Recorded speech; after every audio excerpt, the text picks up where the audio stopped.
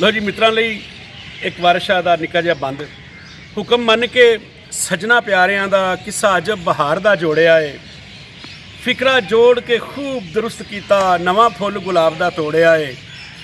ਤੇ ਬਹੁਤ ਜਿਉ ਦੇ ਵਿੱਚ ਤਦਬੀਰ ਕਰਕੇ ਫਰਹਾਦ ਪਹਾੜ ਨੂੰ ਫੋੜਿਆ ਏ ਸਭਾ ਵਿੰਨ ਕੇ ਜ਼ੇਬ ਬਣਾ ਦਿੱਤਾ ਜੇ ਆਤਰ ਗੁਲਾਬ ਨਿਚੋੜਿਆ ਏ। ਬਾਦਸ਼ਾਹ ਹੋਰਾਂ ਤੇ ਕਈ ਇਤਰਾਜ਼ਾਤ ਹੁੰਦੇ ਨੇ। ਬਾਦਸ਼ਾਹ ਹੋਰਾਂ ਨੂੰ ਕਈਆਂ ਲੋਕਾਂ ਨੇ ਇਹ ਆਖਿਆ कि यार सैयद सी हाफज सी इल्मे तफसीर इल्मे हदीस फ़िका मंतक कलाम ये वो सब कुछ ने पढ़िया सी ते लिखन की डे यार हीर का किस्सा मैं नवा बादशाह दे मिसरे वाल ते गौर करो सबा विन के जेब बना दिता तो उन्हें अपना आप विन दिता है उन्हें अपने आप को जख्मी कर लिया तो फिर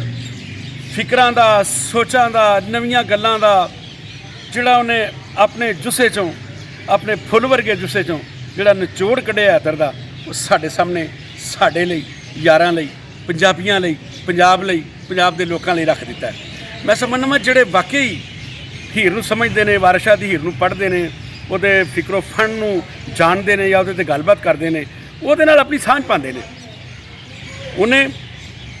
ਗੁਲਾਬ ਦਾ ਅਤਰ ਸਾਡੇ ਲਈ ਨਿਚੋੜਿਆ ਅਤੇ ਜੇ ਅਸੀਂ ਵੀ ਸਹੀ ਤਰ੍ਹਾਂ ਤਾਰ ਨਾ ਬਣ ਕੇ ਉਹਦੀਆਂ ਸੋਚਾਂ ਦੇ ਵਿੱਚ ਸ਼ਾਮਲ ਨਾ ਕਰੀਏ ਆਪਣੇ ਆਪ ਨੂੰ ਅੱਜ ਵੀ ਲੋਕ ਉਹਦਾ ਜੁੱਸਾ ਵਿੰਦੇ ਨੇ ਪਏ ਕਿਵੇਂ ਵਿੰਦੇ ਨੇ ਪਏ ਉਹਨੇ ਤਾਂ ਪਹਿਲਾਂ ਹੀ ਆਖ ਦਿੱਤਾ ਸੀ ਸਭਾ ਵਿੰਨ ਕੇ ਜ਼ੇਬ ਬਣਾ ਦਿੱਤਾ। ਮੈਂ ਆਪਣੇ ਸਭਾ ਨੂੰ ਵਿੰਨ ਕੇ ਲੋਕਾਂ ਦੀਆਂ ਵੰਸਵੰਨੀਆਂ ਗੱਲਾਂ ਸੁਣ ਕੇ ਤਾਨੇ ਸੁਣ ਕੇ ਮਿਹਣੇ ਸੁਣ ਕੇ ਹੀਰ ਦਾ ਜਿਹੜਾ ਕਿੱਸਾ ਬਣਾ ਦਿੱਤਾ ਤੁਹਾਡੇ ਵਾਸਤੇ ਤੁਹਾਨੂੰ ਯਾਦ ਰਹੇਗਾ ਹੁਕਮ ਮੰਨ ਕੇ ਸਜਣਾ ਪਿਆਰਿਆਂ ਦਾ ਕਿੱਸਾ ਅਜਬ ਬਹਾਰ ਦਾ ਜੋੜਿਆ ਹੈ। ਇਹ ਅਜਬ ਬਹਾਰ ਜਿਹੜੀ ਅੱਜ ਪੰਜਾਬੀ ਜ਼ੁਬਾਨ 'ਤੇ ਆਈ ਹੈ ਬਾਦਸ਼ਾਹ ਦੇ ਕਿਸੇ ਪਰ ਆਈ ਹੈ ਅਤੇ ਬਾਦਸ਼ਾਹ ਨੇ 11 ਸਾਨੂੰ ਆਣ ਸਵਾਲ ਕੀਤਾ ਕਿੱਸਾ ਹੀਰ ਦਾ ਨਵਾਂ ਬਣਾਈਏ ਜੀ। ਬਾਦਸ਼ਾਹ ਨੇ ਜਿਹੜੀ ਨਵੀਂ ਗੱਲ ਕੀਤੀ ਨਵੇਂ ਵਿਚਾਰ ਦਿੱਤੇ ਨਵੀਂ ਸੋਚ ਦਿੱਤੀ ਮੈਂ ਸਮਝਦਾ ਵਾਂ ਕਿ ਸਾਨੂੰ ਉਹਦੀਆਂ ਫਿਕਰਾਂ ਦੇ ਵਿੱਚੋਂ